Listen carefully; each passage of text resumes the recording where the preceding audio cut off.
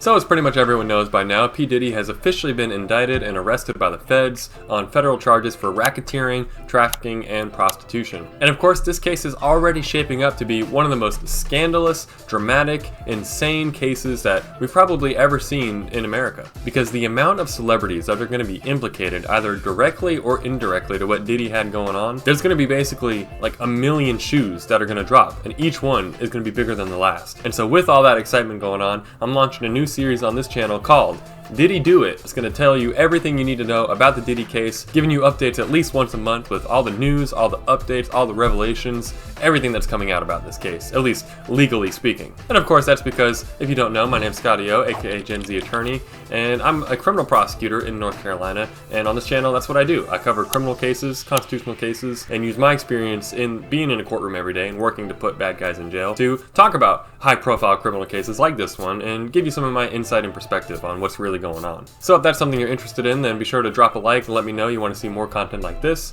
and of course subscribe to come back for more and actually watch the future episodes of this content. And so without further ado, let's jump into Diddy Do It, episode 1. And of course, the starting point for this entire case has to be the indictment itself, which has been unsealed, it's out there, it's public, and in fact I've already made a video on this channel where I read through the indictment word for word and explain just kind of what I'm seeing, what are my preliminary thoughts on the case. So if you want all the details on what he's actually being charged with, I'd recommend you go watch that video or read the indictment yourself. But in case you're not interested in that, I'll just let you know now. The indictment's basically charging him with 3 different crimes. First being racketeering, second being trafficking, third being prostitution. And the indictment is really centered around one core of events that were happening under Diddy's watch, that everything kind of springs off from that core of events. And that core that I'm talking about are what are called freak-offs. Now basically, it's alleged that Diddy would host these freak-offs that essentially were giant sex parties, giant orgies that had celebrities coming through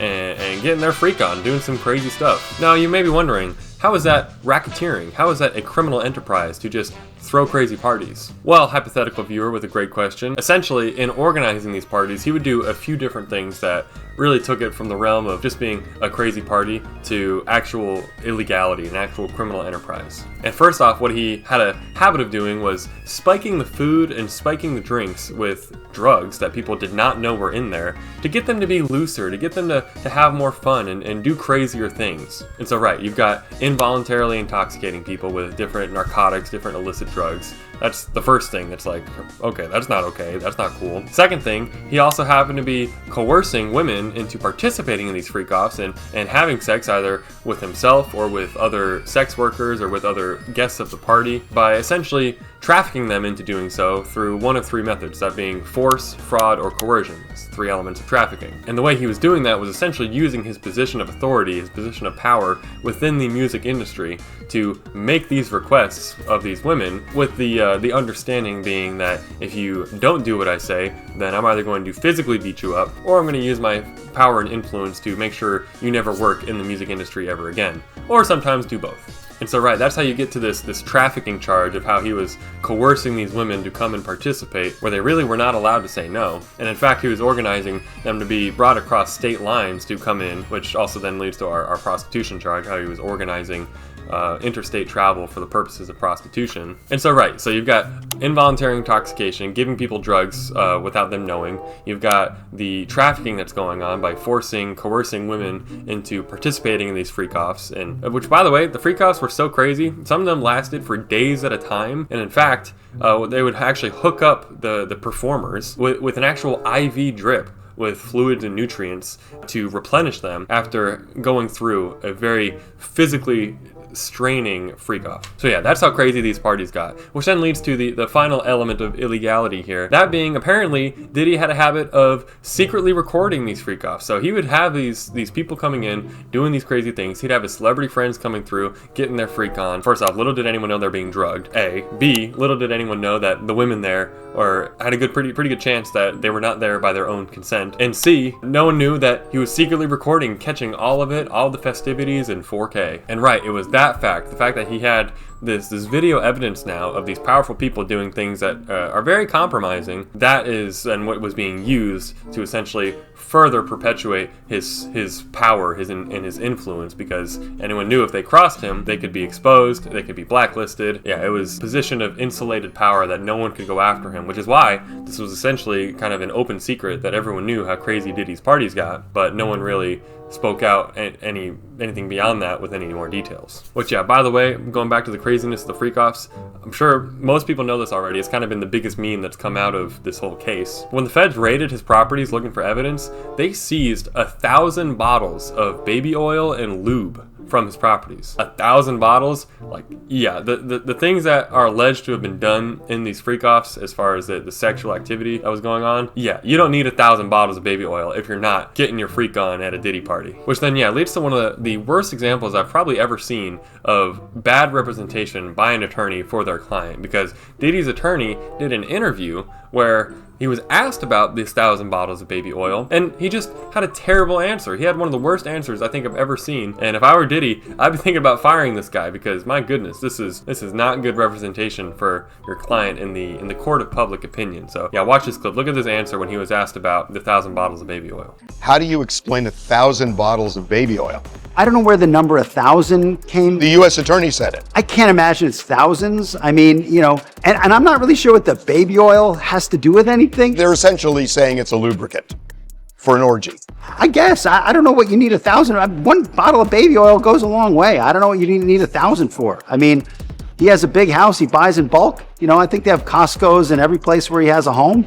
I mean, have you sat in the parking lot of a Costco and see what people walk out of there with? Not 1,000 bottles of baby oil. I don't think it was 1,000. I think it was. Let's just say it's a lot. Okay. Like, my goodness, how stupid do you think the people are by just trying to wave it off as like, well, you know, he just buys in bulk, you know? And have you ever been to Costco? Have you ever bought in bulk before? Yeah, my client does the exact same thing as you, as the everyday people. Which, yeah, good on that interviewer for really nailing him down on that. But yeah, that's just an unbelievable answer, because this is probably the most obvious question you're going to be asked as his attorney. Is like, hey, your client's alleged to have had these crazy freak-off parties that were illegal in many ways, and also had 1,000 bottles of baby oil and lube that were found in his houses. Why did he have so much baby oil and lube if he's not doing what you said he was doing? Like, that's just the most obvious question.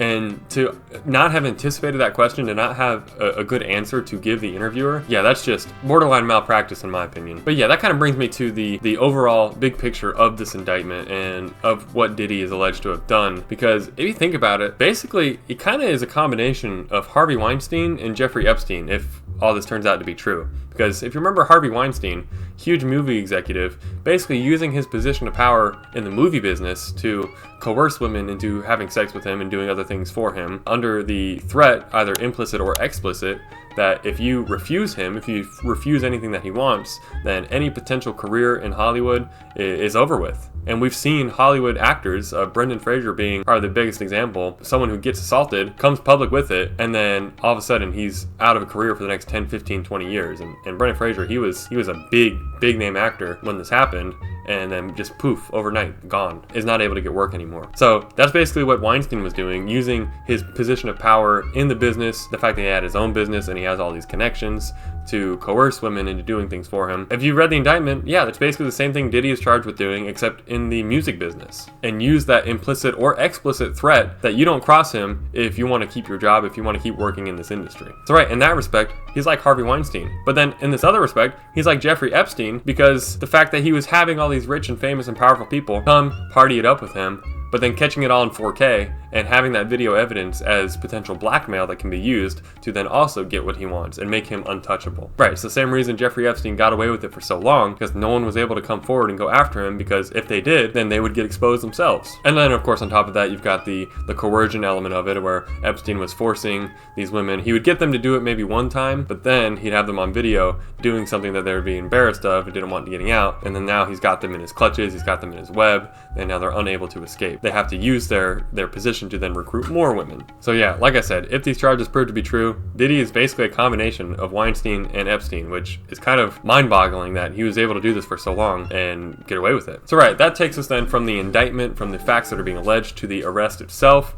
course, Diddy turned himself into New York authorities, and he's being currently held in a New York jail under no bond. And that's particularly interesting because, of course, bond is the mechanism for allowing someone to be out of jail pending their trial. Of course, it's not getting their charges dropped. It's just saying, hey, you've been arrested, you're facing these charges, but if you put up this amount of money, then we'll allow you to live at home while the trial is pending. And if you're unable to put up the money, then you're going to sit in jail until the trial happens. Now, when a judge is setting bond, there's really two main factors he's going to consider. First being the danger to the community. You don't want to release someone out on bond if they're a danger of harming more people while they're out on bond. And the other factor being flight risk. And I think both factors apply here, considering Diddy has been doing this for so long and apparently has tons of victims. The danger to the community, the danger to the people in his network, people who may be speaking out against him, his ability to blacklist them, does make him a danger to people that may be coming out against him. And then as well as the flight risk, the fact that he has so many resources, he has so many properties around the world, he would be able to just pack up and leave and never come back and still enjoy a pretty good life.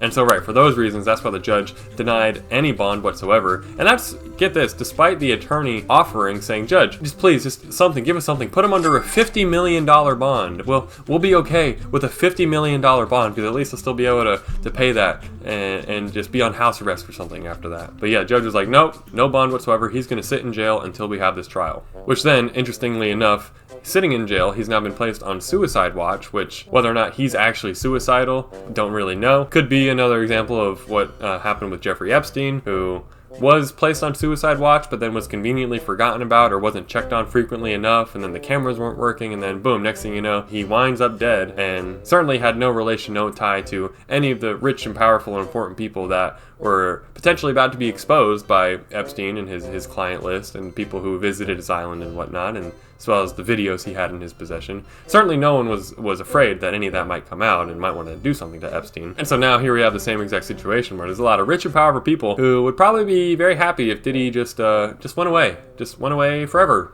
and was unable to say any of the things that he will potentially be saying throughout this trial process. So hopefully the jail does a good job keeping him on suicide watch and making sure he doesn't kill himself or gets suicided by somebody else, if you get my drift. But either way, like I've mentioned kind of throughout this video, there are tons of people that are just shaking in their boots about what's going to potentially come out. One example of that apparently is Usher, who certainly has some ties to Diddy. I don't know if they would consider each other friends or just people who have worked in business together. I don't know the exact relationship. What I do know is that Usher's entire Twitter account has been deleted. All the posts that he's ever posted, at over 7,000, were deleted. Now granted, I think he's come out since then and said it was just a hack, that someone hacked in and deleted everything. But all I know is, awfully convenient that this is someone who is known to be affiliated, at least indirectly, with P Diddy, and now, all of a sudden, all of his entire history of tweets, over 7,000, are just gone, so unable to be dug through by internet sleuths. So maybe it's a coincidence, maybe it's convenient, maybe he was actually hacked, I don't know.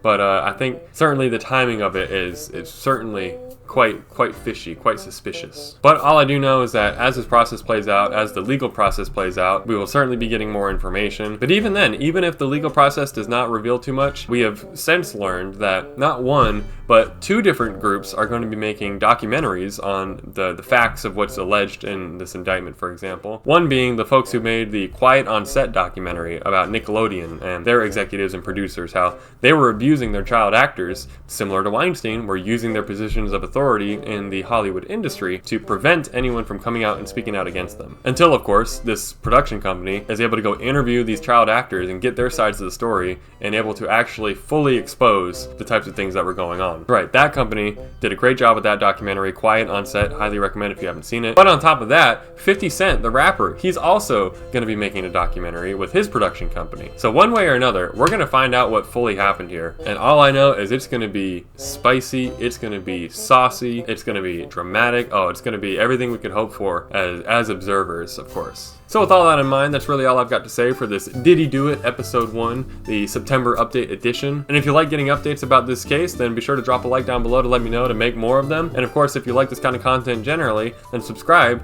to come back for more. And last but not least, most importantly, drop a comment down below. Let me know what you think about this case. One of my favorite things to do on this channel is to be down in the comments and talk with people about these types of cases. So I look forward to chatting it up with y'all down in the comments. But that is all I've got to say for today, so I look forward to seeing you all on the next one.